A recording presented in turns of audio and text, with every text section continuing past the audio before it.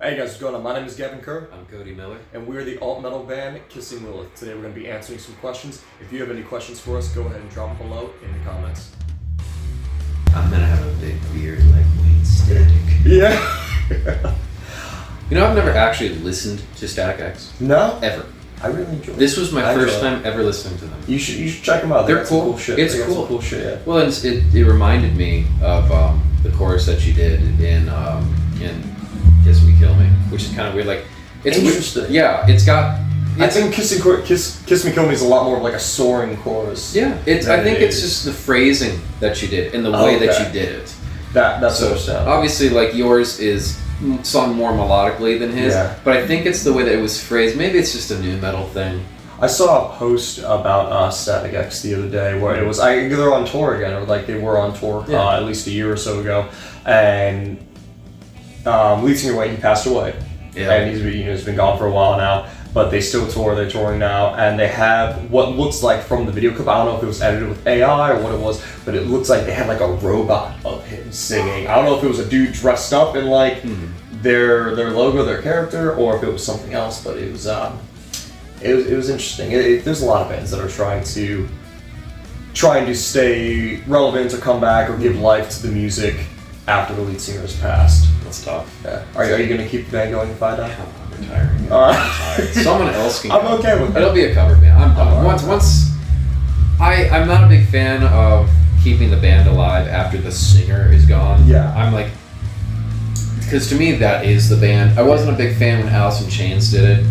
Yeah. And that was the big first one for me. I'm like, no. The guy that they got's really good, but when I'm seeing it, it really feels like it's just Jerry Cantrell and friends. Are we recording? Yeah, no, we've been recording. Fantastic. Yeah. I thought we were just going off on a rant, and I'm like, wow, this would be really good content. Yeah, no, it is going to be good content. I'm going to use it as a hot take now. Oh, fantastic. Yeah, we were going to ask questions, but now we're doing a hot take. Oh, God, it's just you know, music opinions. But I wasn't a fan when he did it, and I love Jerry Cantrell. You know, he is one of the reasons I got into guitar, because he's just a wizard, dude. He's fantastic. But it just never hit the same. Like, I've seen Alice in Chains live twice now, and it's great, but it doesn't feel like Alice in Chains. Yeah. You know, and I never got a chance to see Lane. I wish I would have. I was too young. Mm-hmm. But from everything that you see from the live videos and everything everyone tells you, it's like it's not the same. Yeah. Well, I mean, that's kind of how I feel about Emily being the new frontwoman of Linkin Park. You know, like I do enjoy the music. I do enjoy the music. I like her voice. I think she got really cool energy, cool look. But it's not Linkin Park anymore. And that's what's going on with their sales right now. They had to go to smaller arenas. They had to drop their ticket prices because everybody showed up at first to see like, oh, what are they about? Now that they know what they're about, it's not Linkin Park. It's cool. It's great. I dig it. I enjoy it. I think they should have more research on who they're going to hire because I guess there's a lot of controversy around her. I don't know much about her personal life. I don't care enough about that to worry about it. Exactly. I just want to hear the music. Yeah. And it just feels like, to me, it was kind of like a cash grab because they were milking the name. Yeah. Well, that's the thing, because Mike Shinoda, he's so talented and he's a smart guy. He could have made a project on his own or with her to do something, and it could have sounded the exact same way it does now. It could have sounded so much like Linkin Park that... It could have been the same songs that they released under a different name, and I probably would have felt different. I think everyone would have felt it. They would have said, oh my god, this is so much like Linkin Park. It basically is Linkin Park. I love it. Yeah. But it's still not Linkin Park, and them saying this is not Linkin Park is what is turning people away. I agree with that. I mean, could you imagine, like, my favorite band of all time was Led Zeppelin, obviously, but when Bonham died, granted, they were probably gonna end it pretty soon anyway. Yeah. But instead of beating a dead horse, they're like, Bonham's dead, and Bonham was the drummer. He wasn't even the frontman. They're just like, but it's not Led Zeppelin anymore. Well, that's the importance of having a band where every member of the band is a member of the band, and not just a fill-in. They're not just pay-to-play kind of guy. Right. Yeah. So that's my opinion on it. I care more about the art than anything else about it, and just as a fan, I couldn't imagine it. It's like going and seeing Metallica with that James Hetfield. You're not going to see Metallica with that James Hetfield. I'm not even like a Metallica fan, honestly, but I would be disappointed if I went to go see him and he was not up there. Yeah, that's not Metallica anymore. Yeah, no. So, it is what it is. Anyway, questions. On to the thing. All right, questions. Hopefully you can read my handwriting when we do it. It can't be worse than mine.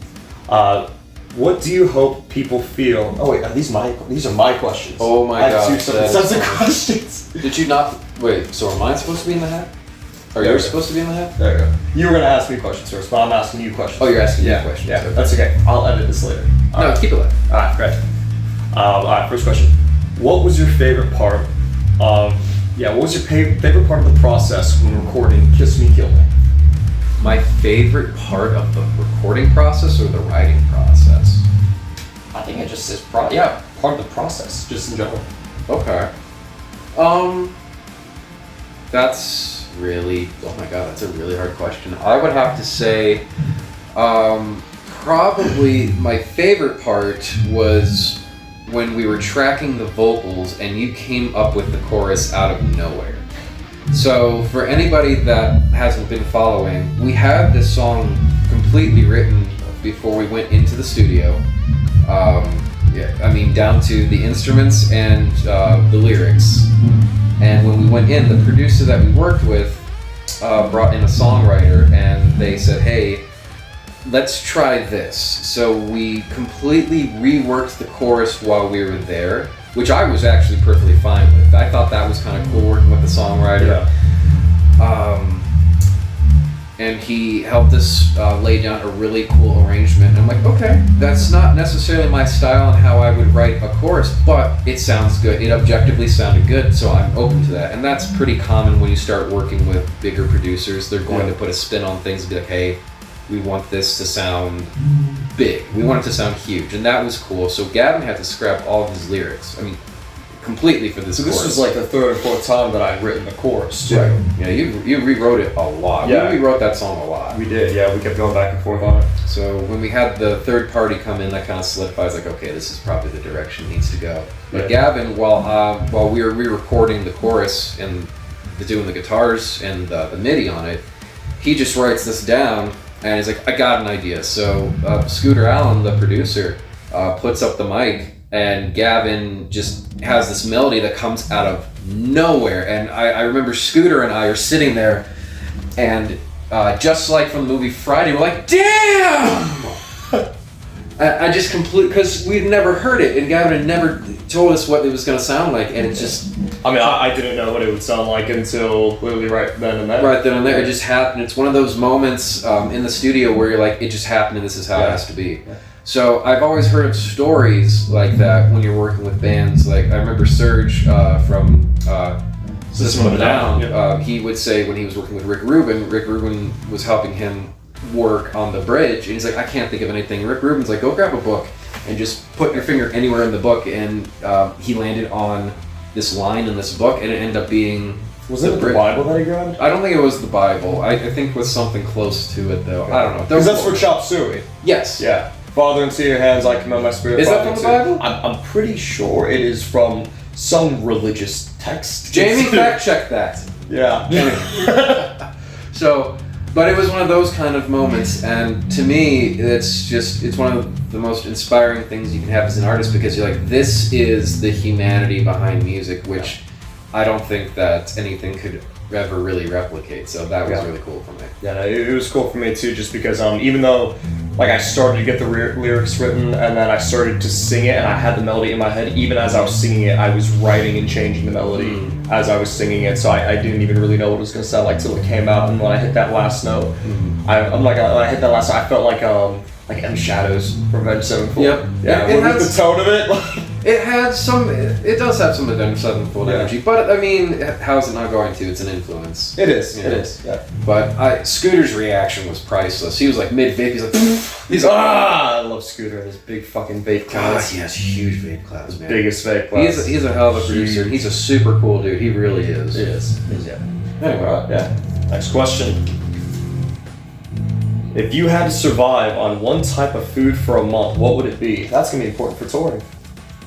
If I had to, that's a really weird question, because I mean, I could survive off of anything. If I have a preference, if you had to choose one type of food to survive off of, just eat. It would just be steak. It would just be steak for a month. Just steak for a month. Yeah, I'm just gonna pull a Joe Rogan and just be like, well, what else would you want? I mean, like, it's the perfect. Listen, it has all the amino acids, has all the proteins that I ever want. It is a superfood. It's great.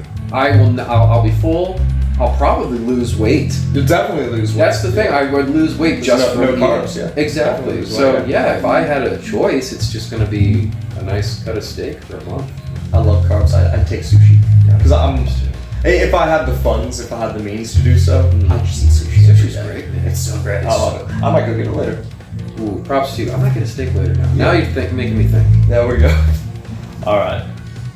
Which Kissing Lilith song would you say has had the biggest impact on you personally? Probably Kiss Me, Kill Me. Yeah. It's where it's at in the process that, we're in the process. It's the stage of the process that we're in right now where we're finally at a point where we're writing, I think, songs that would be very commercially viable isn't what I want to say, but it really is at the end of the day what it is. I think it's a song that people are going to listen to and, finally, hear and realize, oh, okay, this band is serious. Like, they're not just, guys making music for the sake of, just throwing something on Spotify. It feels like it is a very legitimate song where people will listen to it and understand the band's vision of what we're after and what is to come. Yeah, it definitely feels like a big stepping stone for us in the direction of, guys in the basement studio or in the garage, hanging out, having fun, writing music, to a project that is now starting to stand and really mean something and take its shape. Mm-hmm. It feels like a band now. Yeah, is what even though it's just the two of us, it feels like it's a band. We have a really good team of people now that believe in the project, and when you listen to it, it doesn't feel like a local band anymore, which is nice. There are a lot of recordings I've had in the past where you're like, that's cool, but like, skip. So that's where I'm at. All right. What has been the most challenging aspect of being in Kissing Lilith so far? That was really challenging. Honestly, time management, which still really hasn't been that big of a deal. It's just like communicate. As long as you communicate everything, maybe not having a whole band. Yeah. I think if anything is a challenge, it would be just having it be the two of us coordinating that, and having to reach out to like session players and things of that nature. But I wouldn't say that's a challenge. I'd say there's give and take with that, because on one hand, you and I have been able to really focus on how we work together and how we work as individuals and designate roles to each other in the band that we can then figure out how we want to designate to other people when we get more people in the band. But at the same time, it does suck financially not having those extra two people, and creatively, and then also being able to play live and stuff like that. Like it's got its setbacks. Yeah, but it's part of the process. I feel like in the infancy of the band, if there's too many people that have a vision in a direction, then what's the point? We've both been in plenty of bands that you start from the beginning, and if there's not a set direction, then everybody ends up going in different directions anyway. So I think it's nice that we have an idea, and then the people that come along, I would like to think they would come along because they enjoy the music and the process, and they want to, see where the band goes. Yeah. Instead of doing their own thing. Yeah, no, most definitely.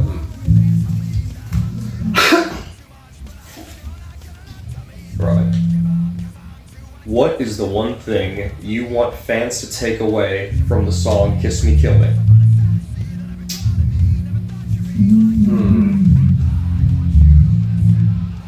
I've never thought of that. That's never crossed my mind once, honestly. Good. Because I've been so focused on writing the best songs that I can, that I guess the thing that I want them to take away is just to enjoy it like the way that I enjoy songs I listen to. So when people are listening, instead of them being like, oh, that's cool, buddy, and then they move on, I'd rather them just sit down and enjoy it and be like, you know what, this was really different, and this was, it was very stimulating for me. I think that's what I would want them to take away from it. I like that. I dig that. Yeah.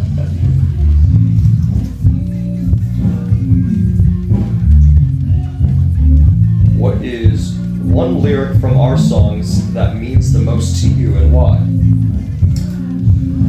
A lyric that means something to me.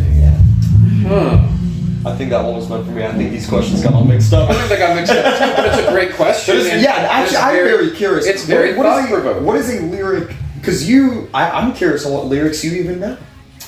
You know, because I've listened to the first 2 songs on repeat, because obviously, I would say, still from the first song, the One Trick Pony line always catches my ear. Really? Like, no matter what part of the song I'm listening to, it's kind of it's a hook. It's very ear candy-y. Yeah. When you go into I don't want another one trick pony, it's always been a really cool hook. Figuratively, and then actually like looking how the notes are like one trick pony. Anyway, so for whatever reason, it always reminds me of like a Tokyo Drift. Yeah, I don't know why, but I just imagine shifting gears. Well, that's a really good analogy. But no, that's always been one that kind of gets me, because it's like, you know what? Yeah. It's very relatable. I just think it's funny because it's, you know, when you think about it in the context of what the song is about, you're like, when you know, you know. But that was the first chorus that we wrote together, and that I think about it, and to me, it's a lot more memorable than More Than Worth It, in my personal opinion. It just speaks to me a little more in subject matter. So that's one that I always gravitate towards. Nice. I like knowing these things. I'm glad these guys. It makes you think a little bit, because you're like, wow, Cody never really talks about his feelings. Yeah. All right. If you could play an instrument besides guitar, what would it be? I play a lot of instruments. If I could play one as proficiently, it would be violin. I can play violin, but it is not proficient. Like, I could get through a tune, but you're going to suffer for it. Yeah. If I had more time, that's one that I wish I would have pursued a little more. Yeah. I wish I was more proficient at piano as well. Like, I can play piano. We have the videos of me playing piano, but I'm not a pianist by any means. You know, I have enough skill to be able to sit down and then put things in the right direction. Yeah. But those are 2 that I've always sat with and thought, wow, if I could go back, I would have learned those before guitar. Yeah. Truthfully. Yeah. I always want to learn piano, and I always, once in a blue moon, I'll pick up the keyboard and I'll dig around with it for maybe like 15 minutes, and then I'll just get distracted. Mm-hmm. You alright? I'm having fun with it. What the fuck? But, yeah, I was never able to pick up piano. Natalie plays amazing piano. My cousin Spence travels the world playing classical piano. So I have the people around me. I have the influence. I have it in my veins. Yeah. I can do it. I just don't take the time to. That's really what it comes down to. We really could do anything, but it's like, I have so many other things to do. So I'm one of those people at this point in my life where I very much stick to my strengths. Yeah. And I know what my strengths are, and it's going to be helping with the production of the song, songwriting, and then guitar as a whole, because I could really spread myself really thin on all these things. But for where we are in the band, it's like, what would be the motivation when we can just keep, you know. So absolutely. What was the most memorable moment while writing Kiss Me Kill It? I feel like we already asked that. I think we did, yeah. But this is going to be for a different part of a different video, so. Okay. So I know that one said right. No, it's still, because we still wrote it in the studio technically. We did, yeah. So now it's still the same one where he just came up with the chorus on the spot. Yeah. It's just nothing's going to compare to that. It was one of those light bulb, like lit up moments that you hear about in stories all the time. And I cannot think of anything else from the 3 days we were in the recording studio that stand out. You can't think of anything that stood out? Maybe what we were watching in the background. Yeah. I mean, but that's not really part of it. I guess maybe that was inspiring for the writing process. So I feel like this song could definitely be the intro to an anime. No, that anime. Oh, especially that. Especially that anime. I started making Natalie watch it with me, and it's subbed. It's not dubbed. Oh. Or no, it's dubbed, not subbed, because we watch it with subtitles and we only caught a glimpse of it. Yep. And now I'm watching it where it's dubbed over, and it is even crazier than I realized. Prison School. For those who have no idea what we're talking about. We watched it for 3 days. We watched Prison School 3 times in a row. And every time I looked up, there was just a crazier random scene with no context. And then for some reason, because in the studio, Scooter has a TV like this that's behind his computer and his console, and while we're in there, he just puts on anime, and we decided let's just be ridiculous because it's us. Yeah.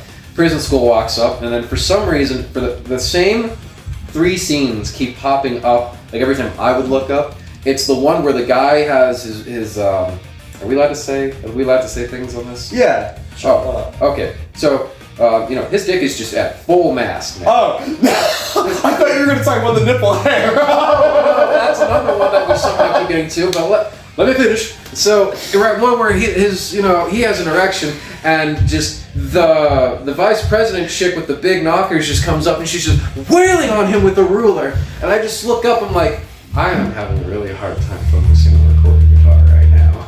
So, yeah. That was the one that stood out, the one where the chick is always peeing on him, and I look up, I'm like, how are we always back to this? Yeah. And then, that stupid nipple hair. And that's a gross fucking anime, dude. That's a really gross anime. Wild anime. Right? Alright. If you could pick any song to cover with Kissing Lilith, what would it be?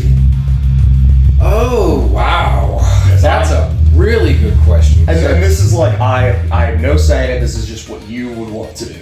Well, I would want to pick something that is, 1, in your range, and 2, that you would get excited about, because I've done covers I'm not excited about before in bands, and I remember playing one recently, maybe like a year ago, when we were at Bad Fish Festival, and I just dreaded it the entire time. We played Crazy on You by Heart, and I don't hate that song, but it is so boring because it's so long and it is the same things played over and over again for me. Yeah, it's a jam song. Yeah, and I just hate playing jam songs. I like songs that get to the point, or if it's a jam song, it's gotta be like a Hendrix level jam song where it's like the band in the background is just crazy jazz players that are just super, super on it. But that's not one of it for me. It's a very uninspiring song for me, and I know I would get flack for that, but for me personally, it doesn't do anything for me. So I hate playing songs that just don't speak to me. I love how you went in the complete opposite direction of the answer for this fucking question. You have to, because now that you have that preface, I can go and explain why this next one is going to be so important. It's build up, Gavin. All right. Anyway, you've built me up. I've built you up. So for you, it would have to be "Hot for Teacher" by Van Halen. Really? Oh, think about how fun. That would be fun. It would be fun. It's such an energy-driven song. The band is just, you got to be top notch to pull it off. And just, if everybody's on stage just killing it, it's like watching 4 kids in a sandbox just go and running back and forth. And then if you pull off "Hot for Teacher," you can do anything. You can do anything if you can pull off "Hot for Teacher," dude. Were there any teachers that I had that I was hot for? I don't think so. I had some decent looking teachers, but none that I was willing to risk it for the biscuit. Hard disagree. I had so many hot teachers growing up. Yeah. And I think that's how I became the man I am today. Yeah, from your hot teachers? Yeah, absolutely. A lot of my teachers were also in like their 60s when I was Nope. Mine were like right out of college, and I'm just I didn't have any of those. No, unfortunately. No. I'm sorry, I can't help them. It's alright. I'm happy now without my teachers. Okay, good.